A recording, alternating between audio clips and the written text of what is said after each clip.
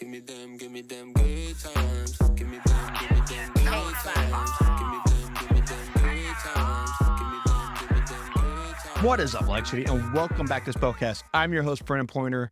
And first off, shout out to my good friend Jinx Universe for letting me use Good Times as the intro to this episode.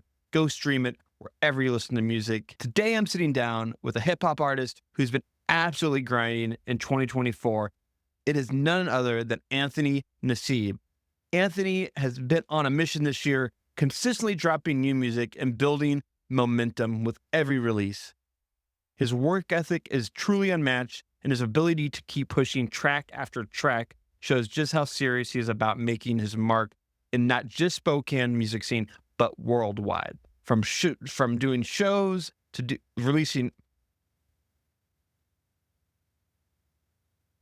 from the countless shows he's been doing locally to the new music he's releasing, Anthony's hustle is relentless, and he's not slowing down anytime soon. Also on the episode, Anthony talks about what it's like to build his career from the ground up in Spokane, and we'll get a sneak peek into his plans for the rest of 2024, including his upcoming final album of the year, The Hot Seat, and his next big event, which is Naseeb and Friends Volume 1, which is happening on November 8th. Tickets are just $15 pre-sale, $20 at the door. It's an 18 and over event, which will showcase Anthony and a rotating group of talented local and regional PNW artists 2 or 3 times per year.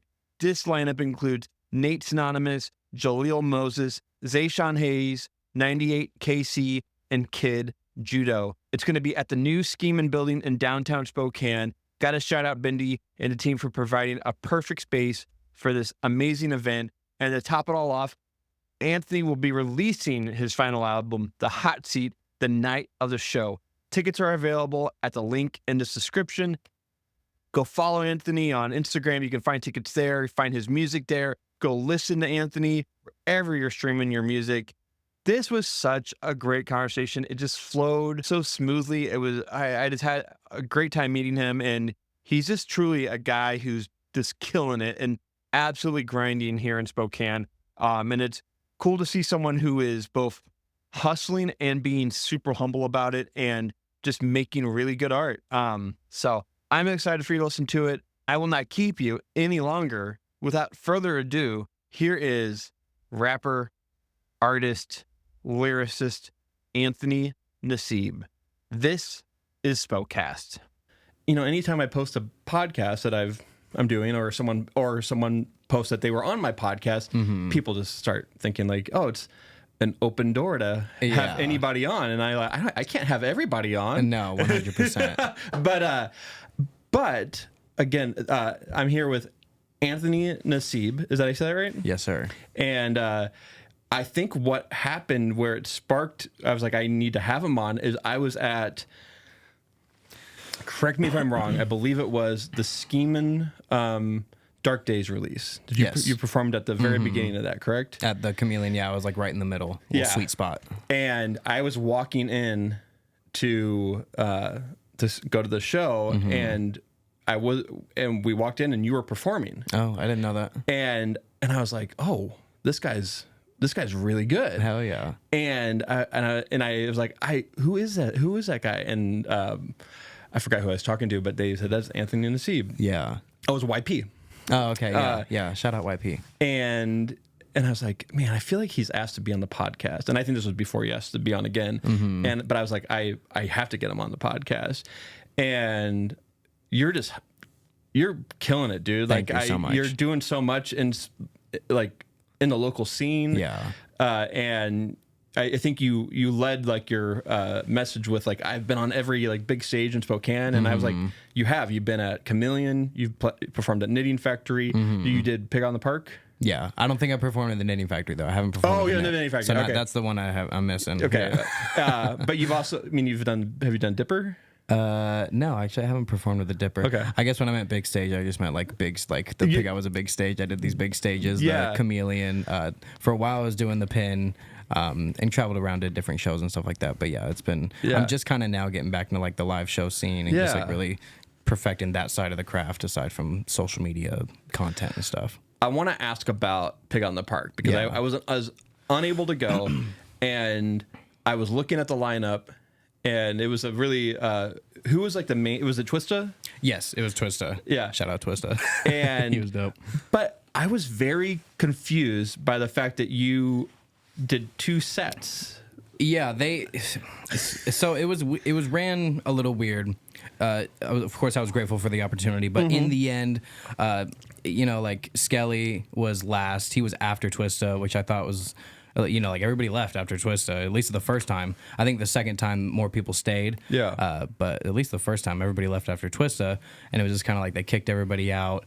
And then they had to bring everybody back in for the second show. So it maneuvered people too much to make them want to come back twice, but they did by the end. It was packed out for Twista, of course. Of course, yeah. No, but I was like, well, this is an interesting way to run a show. But I imagine because you were opening, like you got to have a lot of the people coming in to get a spot, and you got to do that twice. Yeah. In the pavilion, which is really cool. It was great. No, it was amazing. Yeah, I loved it. What's it like performing in the pavilion? It was like, what was it like? It was just different. It was so, you do, especially because I just got off doing the Chameleon and the sound system, they make sure it's so amazing in there. Like they just do such a great job. So you go to like a tight, intimate, just like venue like that where you could really get going to like this big open.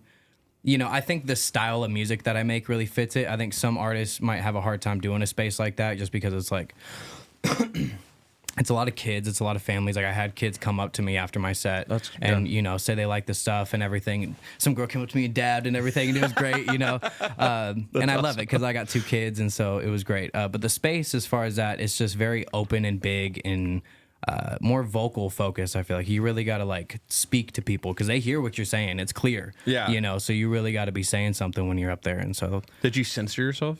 Yes. Did you have to? I did. Yeah. Oh, okay. I cussed a couple times when I got on stage, but aside from that, I did actually. I think I did a great job at it. So. Who's your DJ? It was just JT Washington, I think, was a DJ. Okay. It wasn't like my DJ or anything. I don't have a DJ. I wish I did, but if you're a DJ out there and want to work with me, hit me up. But for sure. I don't have nobody. Oh, no, for sure. Well, I want to start in the beginning. How did you get to Spokane? What's your origin story?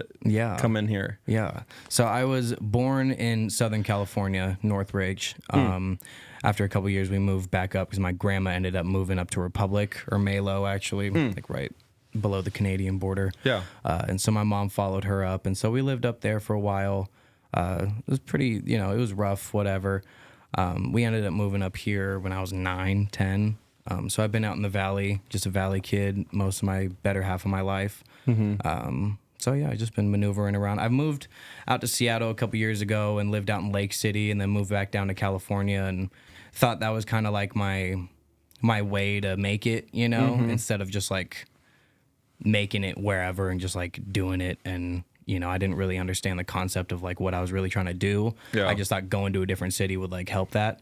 But eventually COVID happened. I remember driving. I used to go drive through Topanga and drive up in the hills and everything. And I love that drive so much. Yeah. Last time I went, well, not the last time, one of the times ago, I went to LA and went and saw BTS. I've mentioned this multiple times in the podcast.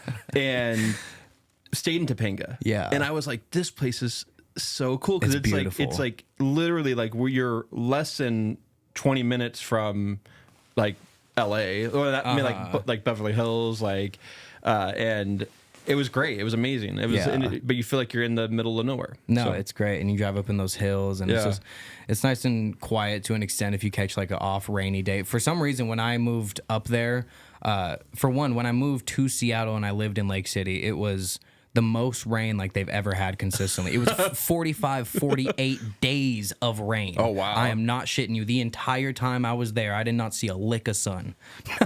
Not a singular lick of sun. And then I moved down to California thinking like, oh, I'm about to be back in the sun. It's going to be a good time. Still rained every day. I swear when to you God. got down to California? It rained every day. Oh, man.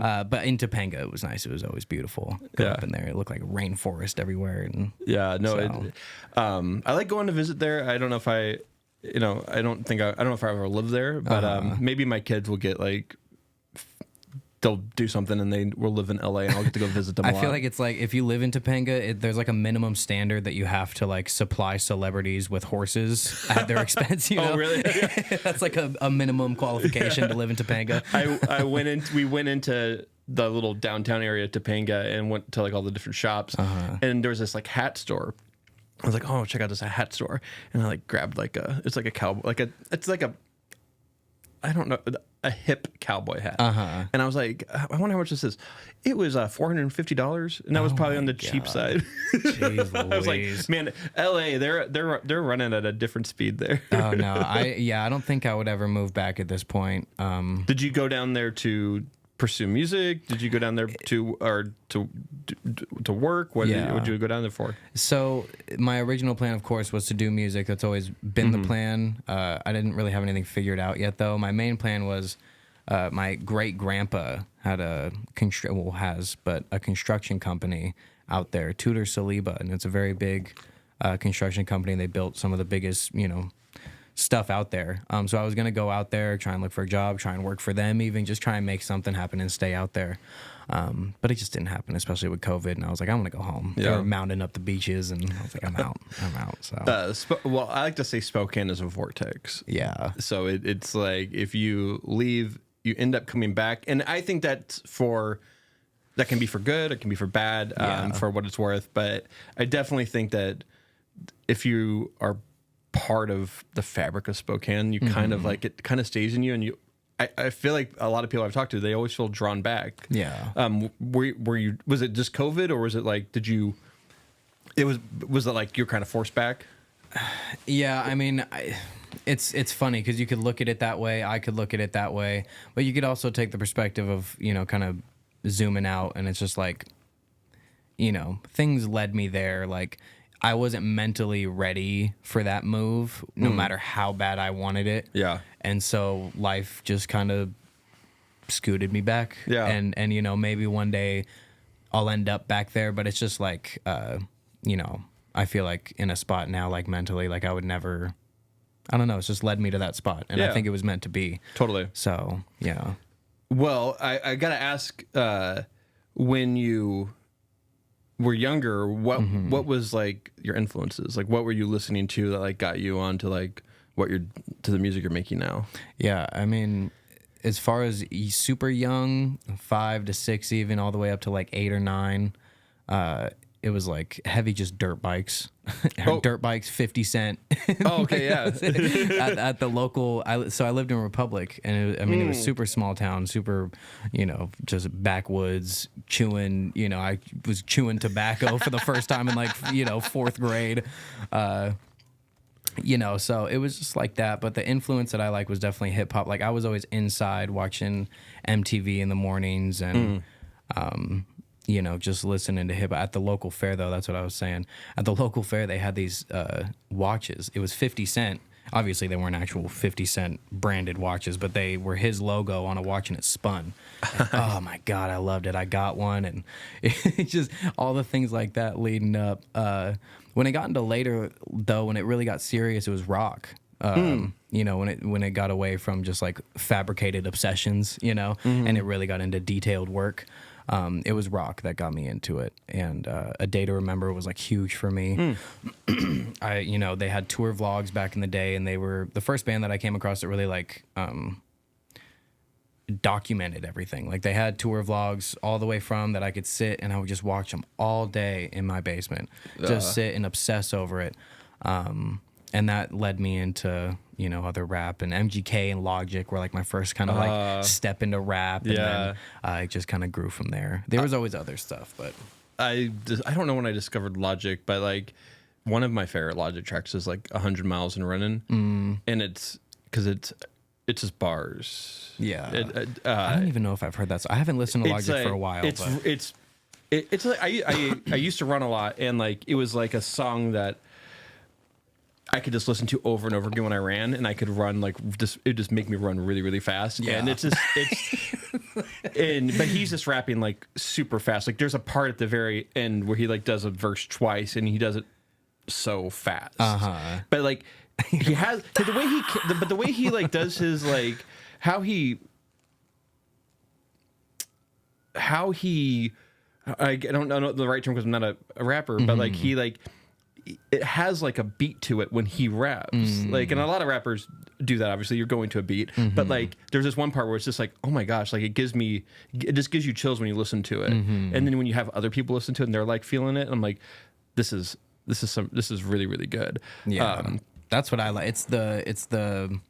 That's my favorite part about it, and I think that's where sometimes I can't like relate to a lot of people because they don't look at it the same way I do. Because that perspective is like awesome because it's like it's math. Rap and music is like all math. It's all laid out, correct numbers, lines of like. But when you throw odd things in it, especially when you could do that with your vocals, and Logic is great at that. Even if he's not like the best lyricist or something like that, like he had great intention of like turning his voice into a snare drum and like da da da da da, you know, and making it into like this compilation of like, you know, just instruments. No, definitely. It's definitely a like having bars are like, and I noticed that listening to your music is that you have a lot of bars. Like you're very like, how did you get into like writing and like freestyling? Were you freestyling? Like what was like your entry into like thinking like, oh, I can do this. I can make hip hop music. Yeah. I mean, writing specifically, I've always wrote stuff, even like we had when I was really young, 4 or 5 years old. I can remember specifically in our laundry room, we had an old beat up Dell computer that I'd go on. My sister would play Sims, but I would go on there and go on to Word, and I would just write stories and write stories about myself and dragons and, you know, all kinds of just crazy stuff. And so, you know, I never really did great in school. I think just because like my life in general was a little wary, but writing specifically and like language arts and like that whole like it's always been like an obsession of mine. Yeah. So musically, as far as like when I found out I could really start writing hip hop, that took a lot of time. I guess if from an outside perspective, if you listen to my earlier music, you could think like it was great or something, you know? Right. But of course, in my perspective, it was like time and time again of just like including different aspects and like learning that. You know, instead of just like, you know, you start out just writing like a thought, almost like a poem version of a sentence that you're just kind of thrown out there of something you're thinking about or a story you're trying to tell. And then after you get that down, then it's like to the rhythm.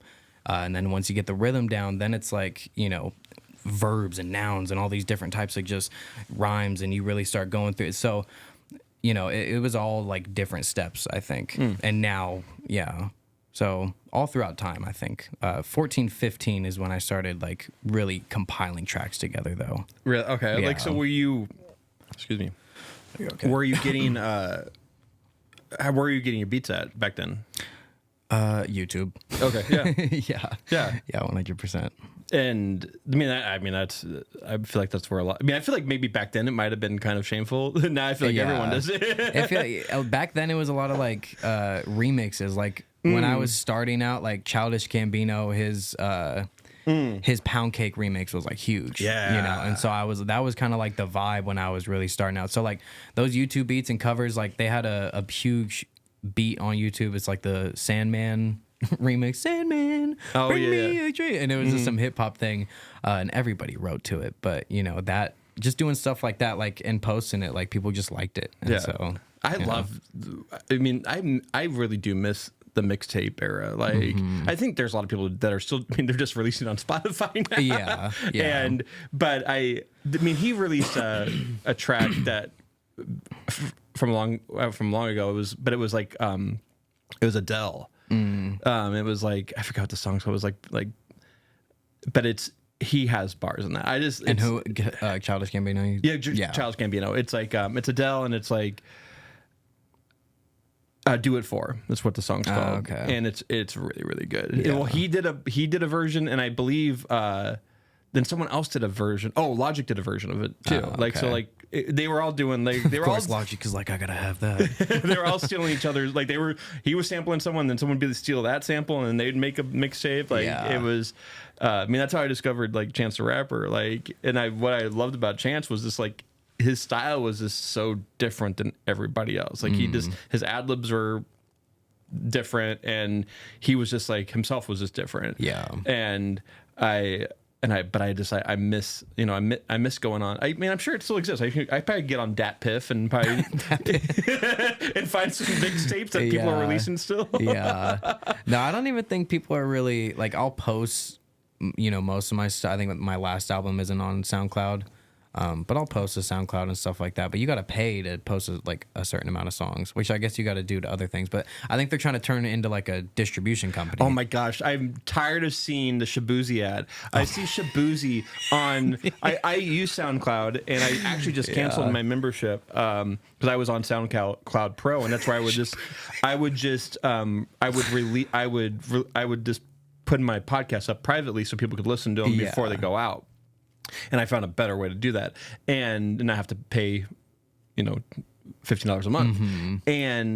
But now I left, and I go to Instagram, I go to Facebook, and I just see SoundCloud ads like saying Shabuzi is a SoundCloud Pro member. You're like, yeah, I'm sure he is. Jesus Christ, yeah, people. Shabuzi's releasing all his good music on SoundCloud. Yeah, if you make your decision based off Shabuzi's main choice of, you're just not doing it right. But no, I actually think on SoundCloud you can still release music. They do have a distribution thing you can do where you can then distribute to like all the places, but but you can still just upload to SoundCloud. But I understand like you'd probably want to do both. Well, I think I have like 4 tracks left to post until I have to pay or something like that. I have like 57 tracks on SoundCloud, and I think a few more in them. Oh, you know, gotcha. I got to start paying them or something. I'm surprised I don't know if this is true. Like the CD Baby or like do all the CD Baby? Do they have social networks where you can like go there and listen to other artists' stuff that's posted there? That's a good question. I don't believe so, though. I've done a lot of research on all the distribution. I believe CD Baby strictly focuses now on like publishing rights and I think they do distribution actually. I think they do distribution and they possibly do the publishing rights stuff. Yeah, but, it's not a world that I'm very familiar with, but I loved, you know, 10 years ago, 12 years ago, when you could discover music on SoundCloud, or you could like Travis Touchdown. Is that what his name is? Tizo Travis Touchdown. Tizo Touchdown. Yeah, man. Jinx will kill me. But I found like something that he released like a long time ago, like an early track, and I was like, oh, this is like I can see why he became who he became because like he was making crazy things when he was however young he was. But I want to get into all the music, and I'm loving this conversation because it's just like really getting me into like my old school, like when I was like discovering hip hop again for this probably the second time in my life. Hell yeah. But I want to play a quick game. Okay. And love games. And then we'll get into all the music. Let's do it. I'm gonna take a quick 10-second break. I went to the place to find my list for the game, and the app I used deleted it all. So but I can find it real quick.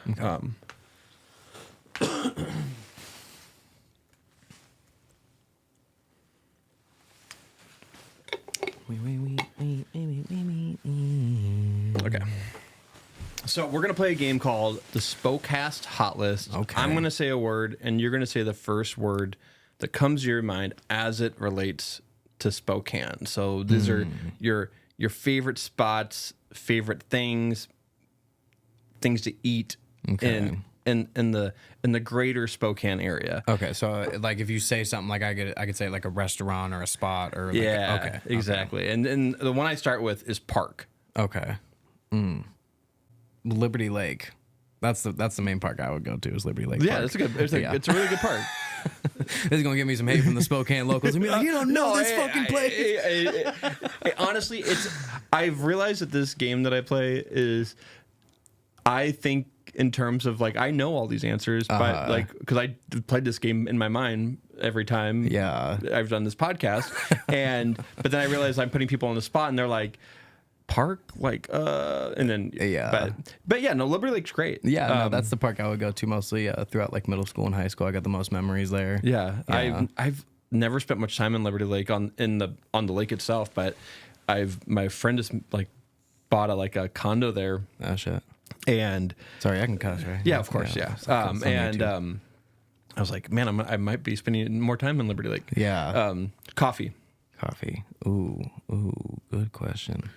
I don't know. I'm a homemade kind of guy. Yeah. You know What I mean? are you drinking right here?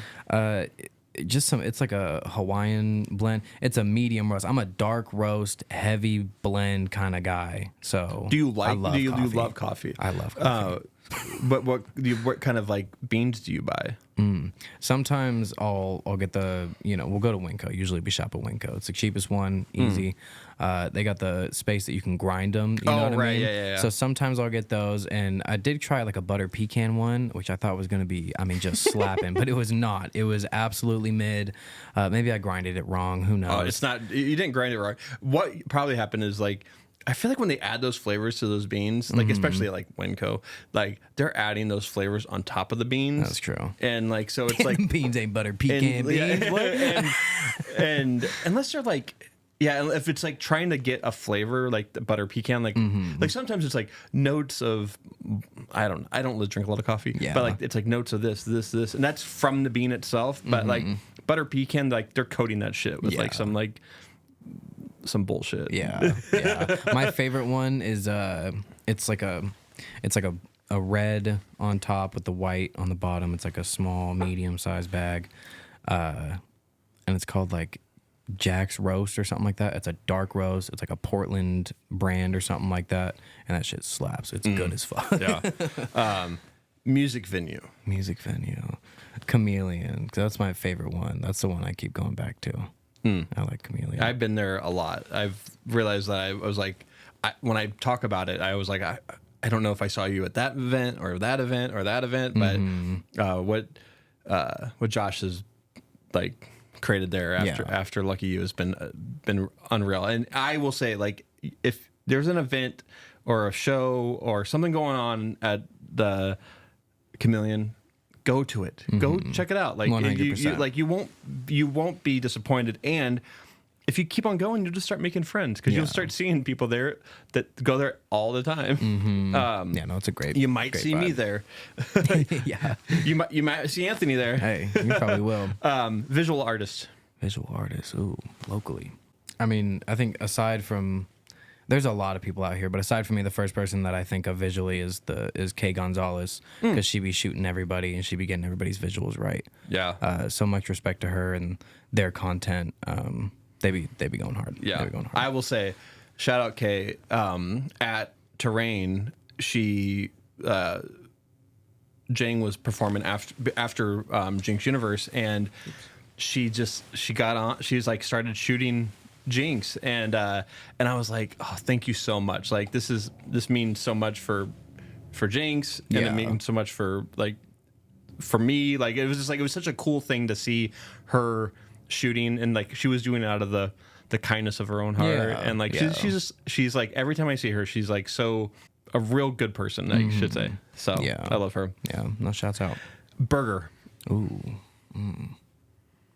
Delish. Something about that crispy onion barbecue. It just, I love crispy onions on a burger. Oh, they brought the So crispy good. onions back too. Oh, they did? Yeah. I haven't been there for a while. I think they brought them back. They left for a little bit. I used to do social media for Delish, and and they're some of the I could eat there every day, but it's just it's a gut bomb. Yeah. I mean, in a good way. Mike, forgive me. I love Delish, but it's very much like I feel like crap sometimes after I eat it. Yeah, but that's every burger. That's not like just it's true. delicious. That's true. Sweet treats. I'm a nerd clusters kind of guy. I mean, it ain't local or nothing, but I'm what like convenience store are you walking down to get that? I know there's plenty in the valley. Yeah, I can't even lie to you, bro. I mean, I can't even sit here and just lie on camera. I'm a homebody. I don't really be going to know. Yeah. And plus, I don't really live by any like stores like that. Okay. You know, like not in walkable distance. You know, so there ain't nowhere worth me getting the kids out and walking to that fucking place. You get them at Winco. yeah, no, exactly. That's funny. When I wanted to bring this up. I was going to see the wrestling show at the arena last week, and I was at David's Pizza, and somebody walked by me, and I was like, he looked at me, and I was like, I really think that's Anthony, but I'm not sure. I've only seen you in person like 2 or 3 times, but he looked at me like I was familiar. But this happens to me a lot when I'm not like I feel like people look at me and like they think like, oh, he looks familiar. It's a common man face, and I got one apparently. Right, and I get that a lot. And I text you, and I'm like, "Are you at David's Pizza?" And you're like, "No, I'm at Winco." Yeah, no, that was funny. Breakfast, or brunch. Where are you going? Let me Stupid Cow Cafe. Oh, okay. I've never heard of this. Where's this at? Oh, really? Yeah. It's right across Green Acres Middle School. Oh. I went to middle school there. Yeah. And so I drove by it all the time. I think it used to be something else. I think it was a car dealership even at one time. But recently, at least within the last like 5 years or something, it's been the Stupid Cow Cafe, and they're super good. Okay. It's like a nice tight little vibe. I can picture it. I take my son to there's a elementary school just south of Green Acres middle school that he goes and practices football at. Okay. And so I can picture it in my head. Yeah. But it's really good. And good. yeah, Good it's to know. great. It's great. Event. It is in it's gotta be a little more specific, like just any event in okay. Spokane. Yeah. Okay. The first thing on my mind is terrain, of course, because we just did terrain. Mm-hmm. So terrain, yeah. Terrain, yeah. That's a great. You just did terrain. Yeah. I think you shut it down, right? Yeah, I did. I shut that bitch down. How was it? It was great, man. It was a great opportunity. It's just like I talked about this on the coffee talks that I do and stuff, and really broke it down as far as just I've been doing this for a long time, and I feel like somebody in my position could be ungrateful as far as there was not a lot of people at my set. There was nobody there. There was people that came there to support me, which I'm super grateful for. Yeah. And some of the people from Terrain that came out to support me and everything. So that was great. But I could have easily left there angry as far as just man, nobody was there. I got the blah blah blah. But I was just I was so grateful for the opportunity, and it was I loved it because it was if you can't put on a show for these people right here, whoever's here, then you don't deserve to be out on that main stage. Absolutely. And doing all this, you know what I mean? So it was a moment for me to just go out there, do what I do, no matter what the vibe was, and get it done. And I was grateful, and it was a good time. And everybody who was in front of me supported me and vibed out. Yeah. And so it was great. I loved it. That's awesome. Yeah. Yeah. Terrain is it's become a staple in Spokane, I feel like. And 15 years. 15 years, yeah. Well, 15, not including I think a couple because of COVID. Yeah. But yeah, no, it's just been a part of the fabric of Spokane, and really is what has created a really unique art scene here. 100%. And I love what they're doing. I would love to see them do more with the music part of Terrain. Yeah. I feel like there's a lot more that could happen with it.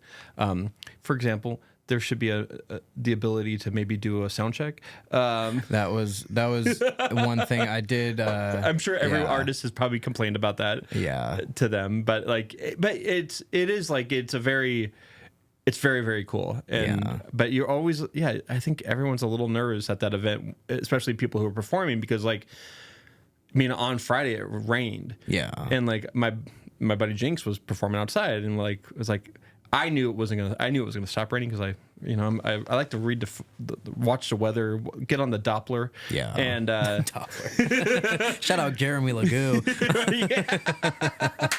Fucking love Jeremy Lagoo, dog. And it was fine, but it also it was just you're always a little nervous for an outdoor set in October. Yeah. So, but yeah, it's that's one thing I will say about I've been talking to a lot of people about this in Spokane. We can start here. Is just is our shows. Some shows are super dope. and some shows are super light. Yeah. And sometimes super light shows can be really dope too. Like, and I was at a show last week where it was a bunch of, it was Got You Got You, it was Itchy Kitty, a couple other bands from I think Boise area, and there was not many people there. So let me ask you, like, what's the qualifications of like what you're saying? Like, what's the differences between those two in your head? Between what? You said. Oh, like the shows, like good shows, bad, or not necessarily bad shows. But I don't. I think I shouldn't say. That's a good question. I think the I guess the point I was getting at with like sometimes light shows can be just as good because you get the vibe out with the artists that are right there and like what you said, like it doesn't matter if I'm performing for 5 people or 100 people. 100%. Like I'm still going to put on a really good show. Yeah. And if you're an artist that believes that and does that, anybody will notice that when they're performing. Yeah. Like I notice that for a lot of these bands who I've seen perform for hundreds of people. Yeah. And they're still performing at the same level, even in front of 30, 40 people. But what I think what my issue with it is like people have just disappeared from going out, and I wasn't even going to that show. It wasn't until my friend Matt Bogue, who is in Got You, said, "Hey, come out and see me perform." And so I was like, "Oh, I don't got much going. I have a podcast tonight, and then I can go do this." Yeah. And I went. I invited a couple friends. They showed up, and so, but I want to see more people out at shows. I think like the big thing, I completely, I recognize what you're saying, and I agree with that.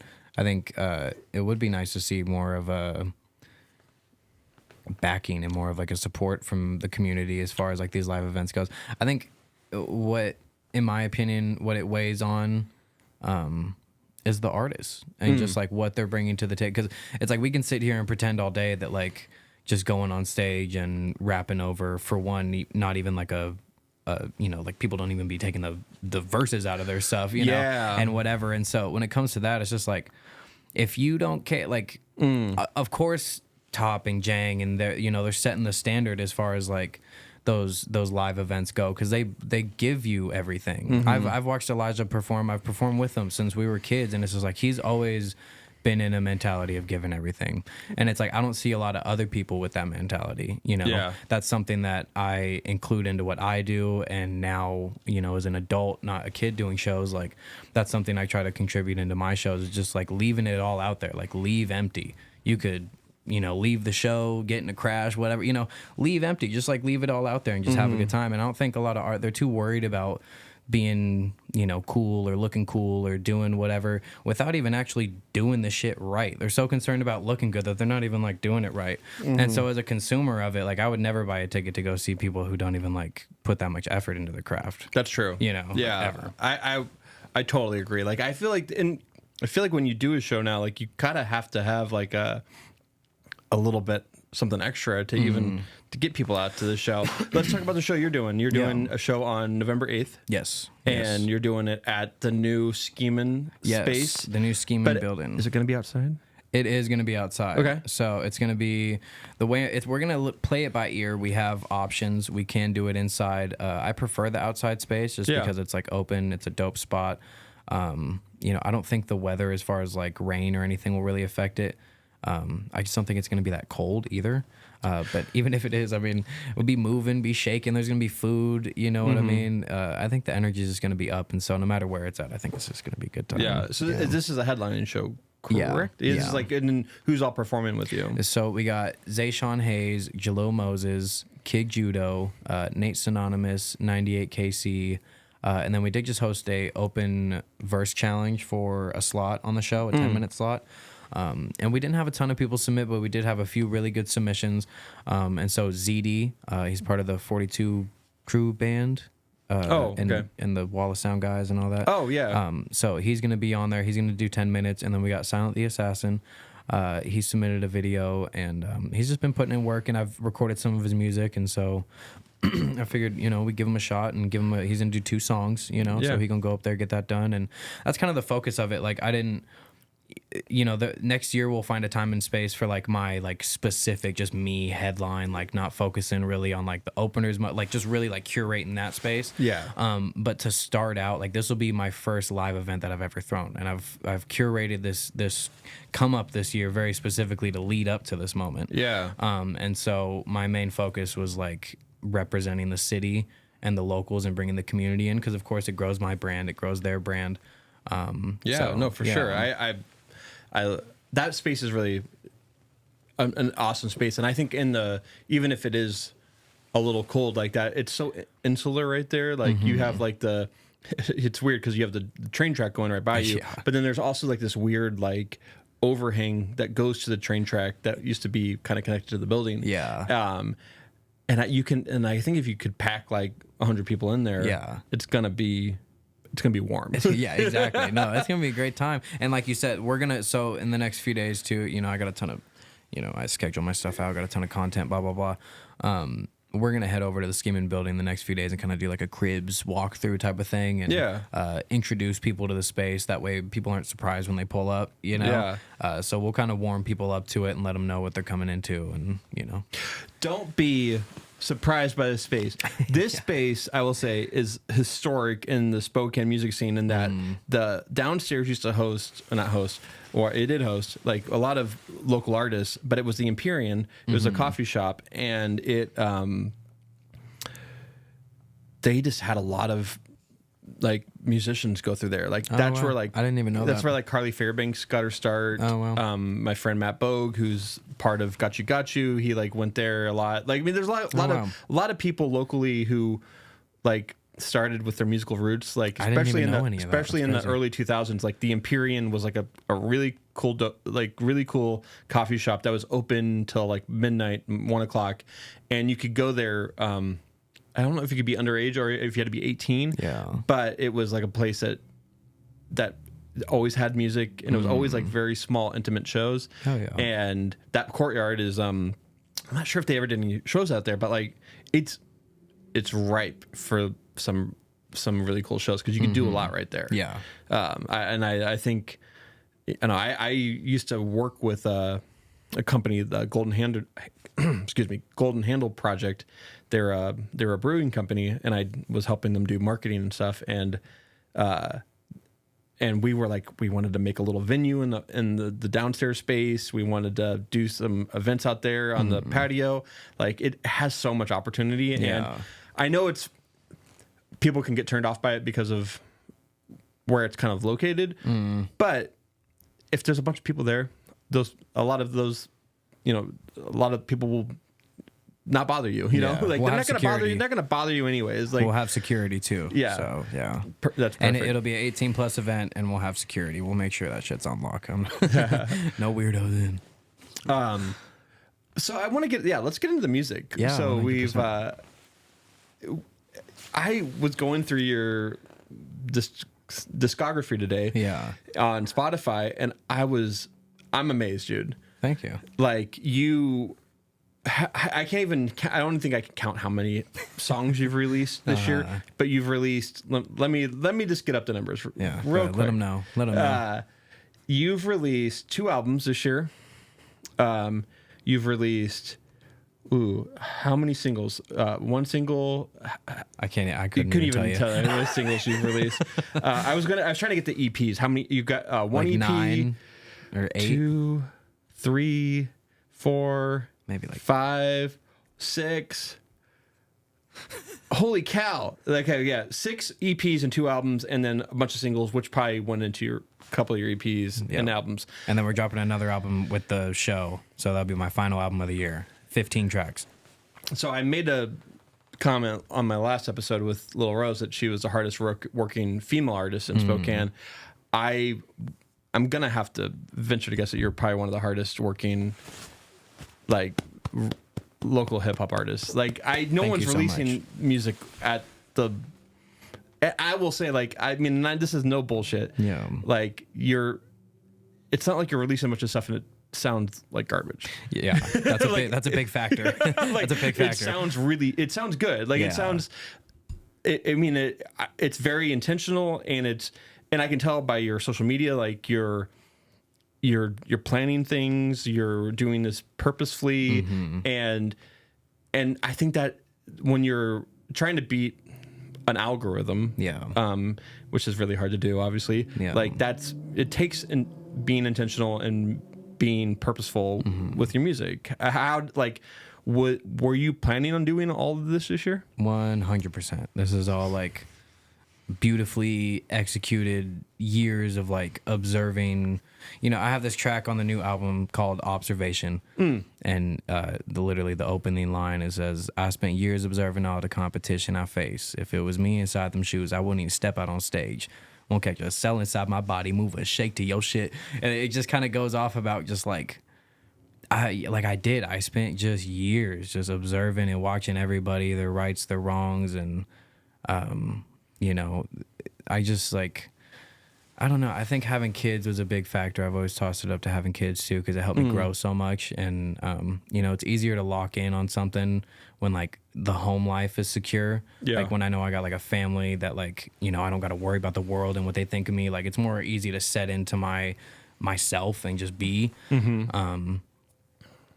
Yeah. So it's just been it started off just kind of like shooting, you know, just getting stuff out there, and now it's turned into more like strategic planning, because I know the brand more and I kind of know what I need to do to move. Yeah.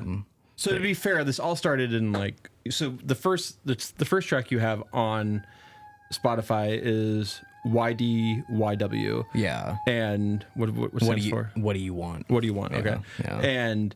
And then you had a little bit of a break, and then you released Let It Go in 2023. So like in 2023, like that's when you started like, I'm gonna do this, I'm gonna go full force on this. Yeah, I got my it was really the equipment. For a while, you know, I had an old MacBook, or no, old Mac like computer that I couldn't update Logic on or anything. So it was just years of just like, I mean, I still have that issue kind of using the old version of Logic.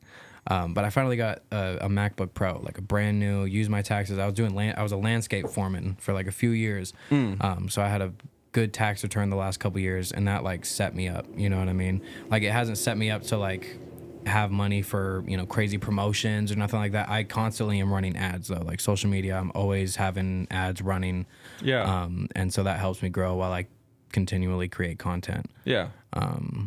Yeah, damn, I got lost. I forgot what the original question was. The question was like, you started in 2023 and you've just been hustling since then. Like, I mean, I don't know how I missed it, honestly. It makes me feel kind of bad, because I'm just like, you're releasing like almost over 40 songs in a year, 2 years period, and like, and when I talk to artists who have a backlog of music that they can release, or you know, or unfinished work that they could get mastered and get released, I look at you and I'm like, holy cow, like, you have a ton of it, and you're obviously releasing a lot of it. Yeah. And you're creating. I have 31 songs available for purchase on even.com or even.biz. So if you want to, you could pay $1, you could pay whatever you want. So it's up to you. Oh, nice. So it's that exclusive, like, pay what you want model. Nice. Yep. But like, so what pushed you into it? Like, what was the jumping off point? I just hated landscaping so much. Man, I'd be out there, I can't even tell you, 110-degree weather, just sweating my sweet tan buns off, just like going crazy. Just, I mean, I loved it in a sense of like, I had like alone time, and I was able to just like put in headphones, listen to podcasts all day, and just do my job, and money was all right. I was able to take care of my family and stuff like that. So the dynamic, and having to be okay with the dynamic switch, especially in the household, of like not being like the big, you know, the one taking care financially. Like, I'm getting there now finally, but it was like a big risk, and like you know, a lot of things had to go into play. But it was just really like, I cannot go another day in my life with knowing that I'm like not pursuing this thing that I know I'm so like good at. I have like, I just clearly throughout this year, as people have seen, I have so much to give all the time in every aspect, film, music.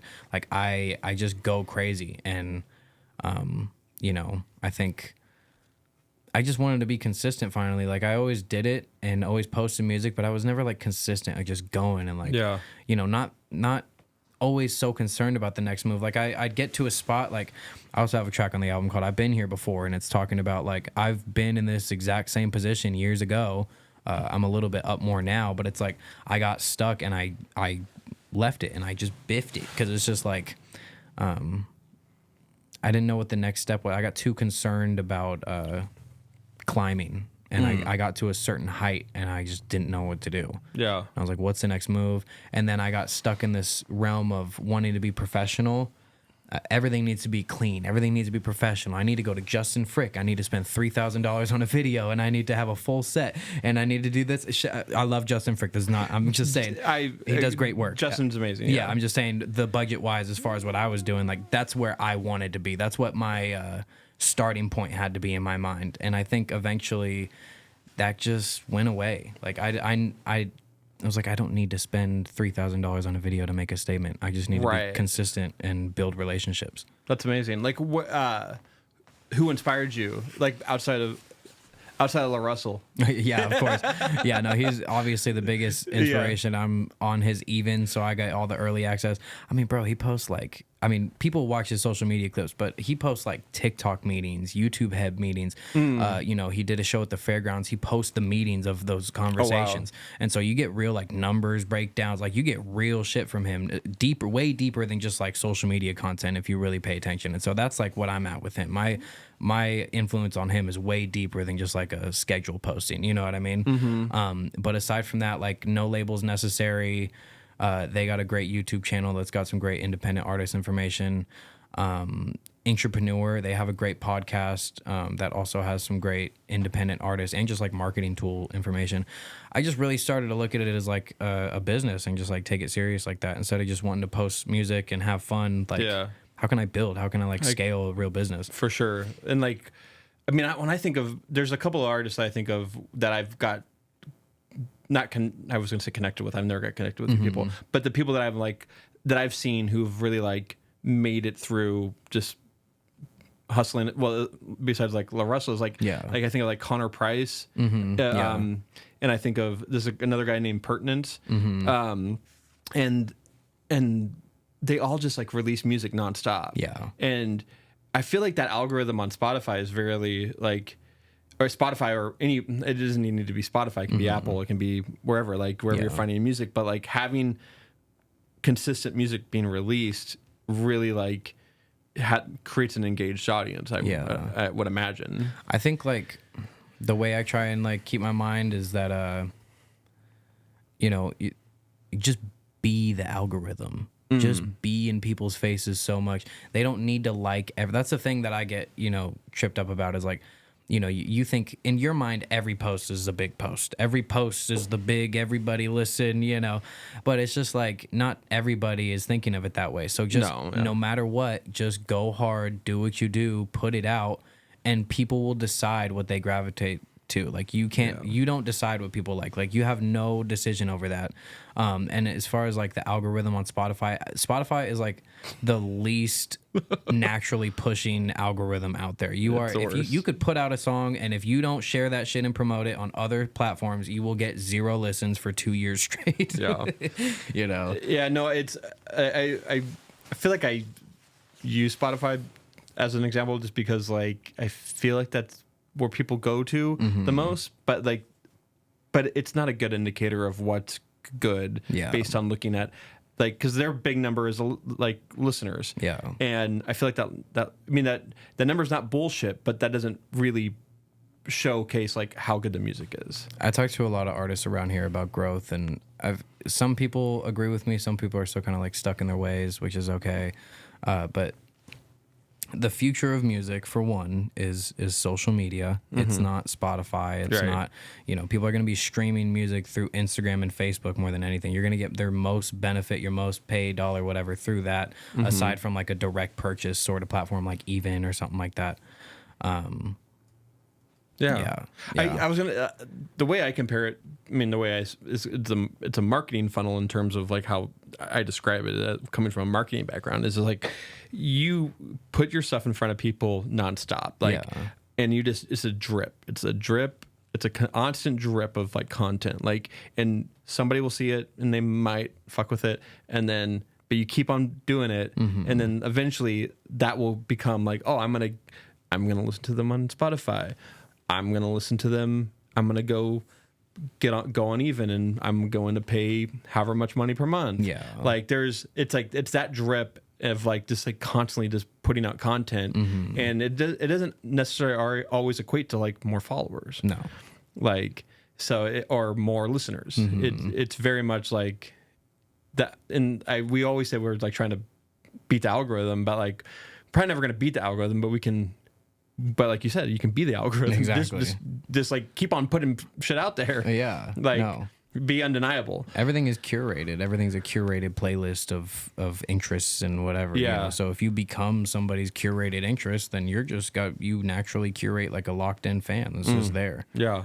Of the stuff you've released this year, you released 2 albums. You released Misguided, and which I misspelled, which was not purposefully. I unintentionally misspelled that album. That's fine. I did not even notice that.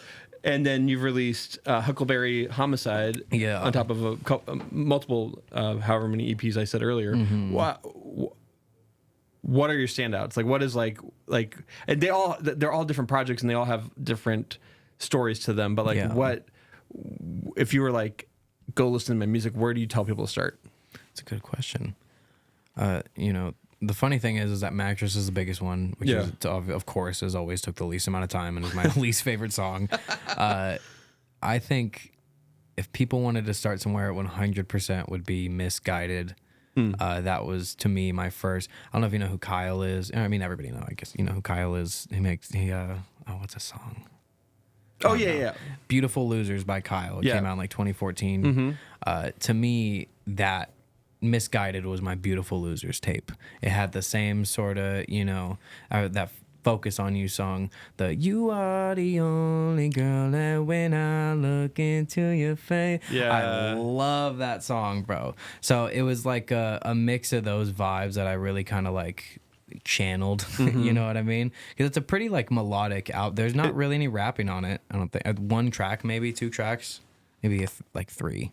I'm not. I feel like I listened to it twice today, and I guess I'd never considered that there wasn't rapping. There was no like. Yeah, I don't cuss on like any of them either. There's only one song I have. I think like Captain Crunch I liked. Yeah, it was and I think you rap on that. Yeah, that was I shed tears making that song. I love that song. That's a really good song. Yeah. I love the intro, the interlude into it. West Side Love was really. I was like, oh, this is some good stuff. And I found like there was a. God, I should take notes when I listen to music because the fact that you even listen to it in the first place is great. No, I mean, but I was like, oh, this is really, really good. Yeah, like thank you.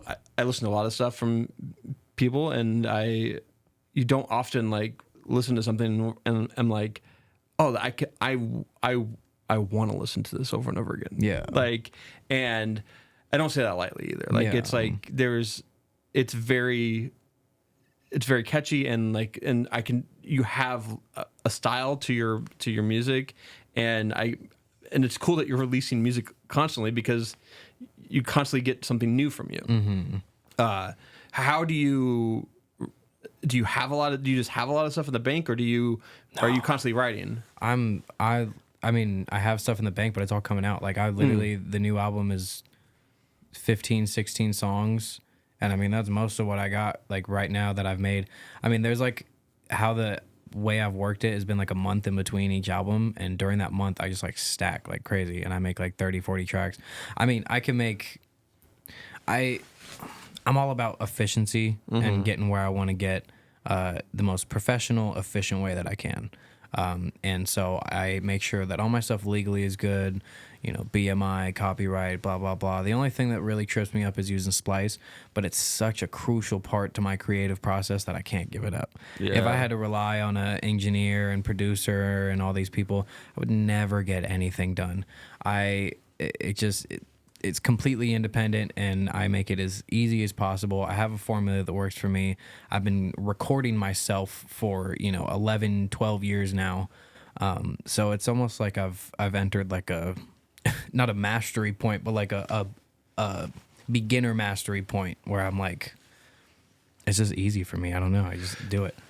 That's an interesting point to bring up about like AI and music, because like Splice is an AI tool that artists use for mastering music. Because I master it, but as far as the sounds, I'll incorporate the sounds from Splice. Oh, okay, gotcha. Yeah. And I use AI all the time. Yeah. Like I don't use it for editing. I probably should use it for editing purposes. Me too, honestly.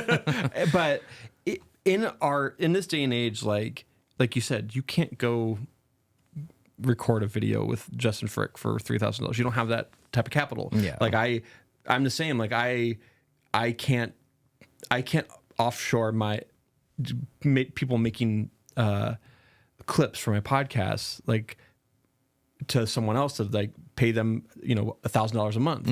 Like I use AI to do that. Yeah. And like the AI as a tool like is really helping artists and people create without and doing it quickly, I guess is what I'm trying to say, and doing it in a more economical way. Yeah. Like, because if you, but I know there's a lot of people who are like, fuck Splice or fuck AI. Like, I was in a meeting a couple weeks ago, and I like, hey, I'm using my AI tool to like take notes because I can't take notes. A lot of those guys are engineers who own studios and aren't getting their money, so that's why they're pissed off. Right. And I was like, and they're like, oh, can you not use it? I don't want to have this recorded and have AI. And I'm like, okay, but like, this is how I take notes. Like, and so like, I get it that some people dislike it, but I also like, it is like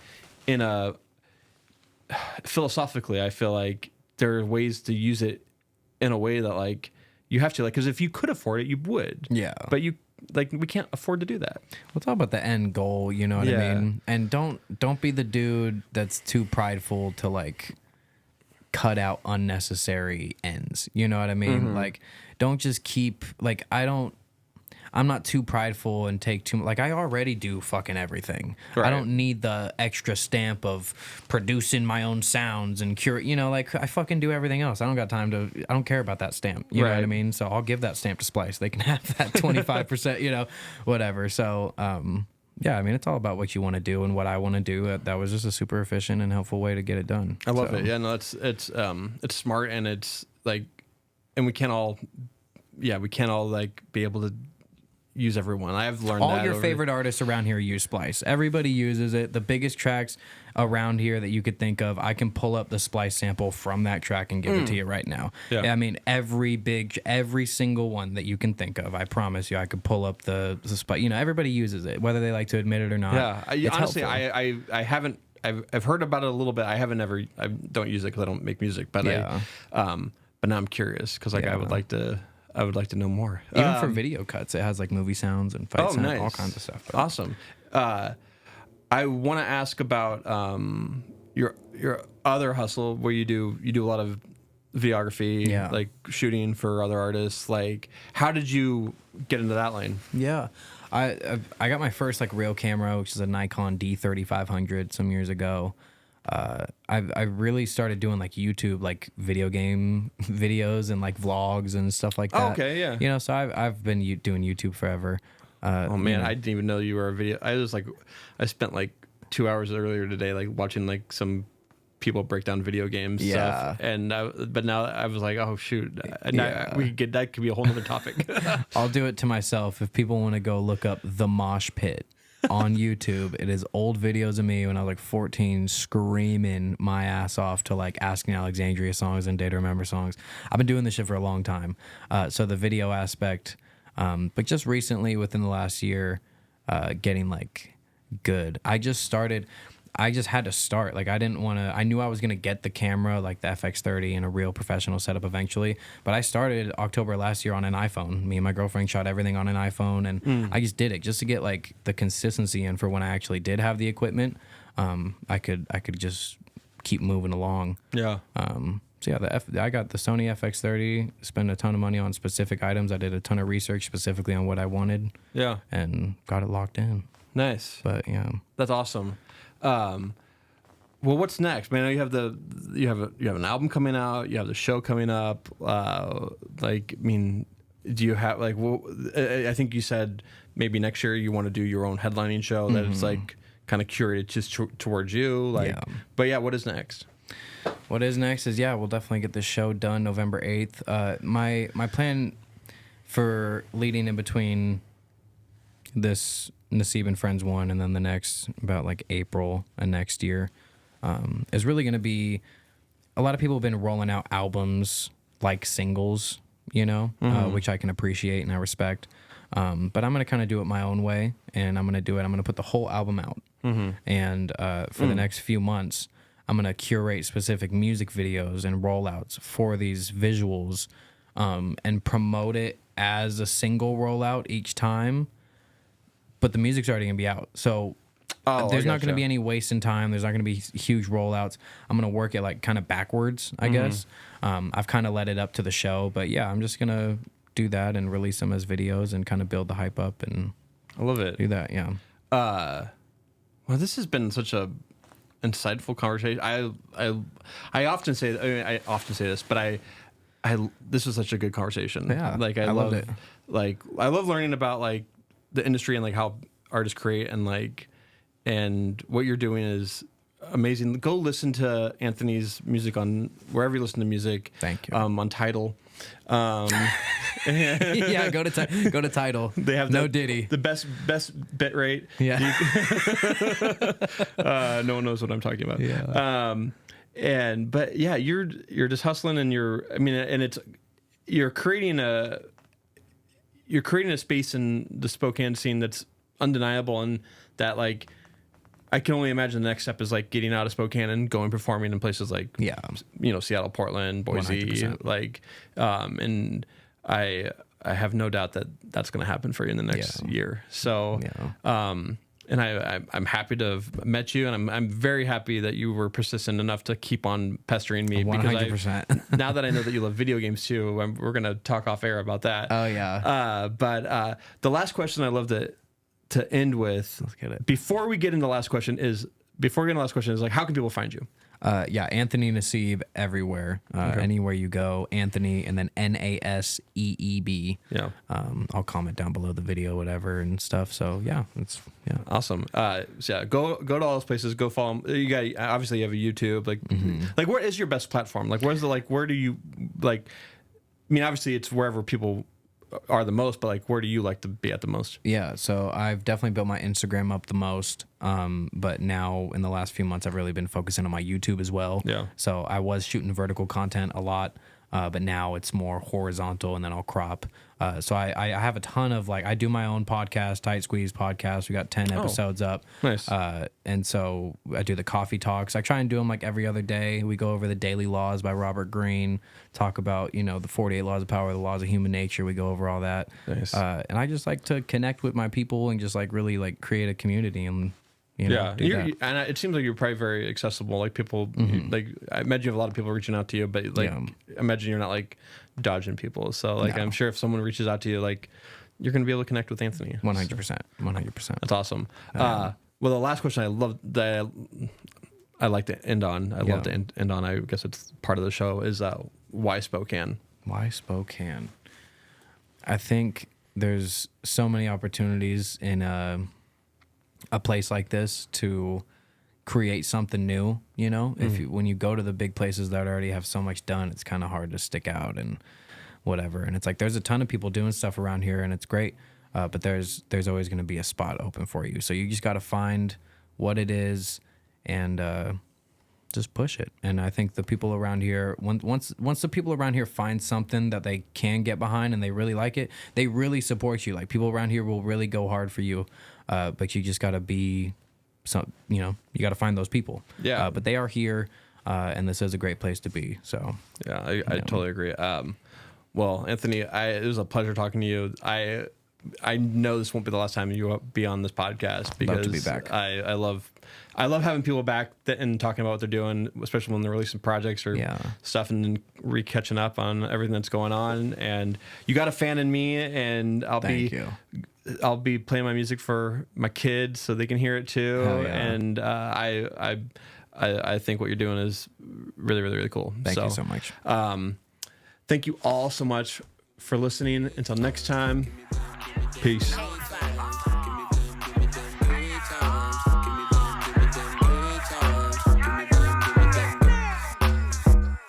This ain't a love thing, we fucking, but it's lovely, humping, bumping uglies, what a fun thing, nothing, but it's something, what I'm wanting.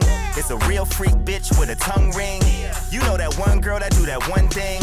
She made it disappear, she a mind freak. She ain't playing games like a bye week. When I touch down, show me to the end zone. Show me anything.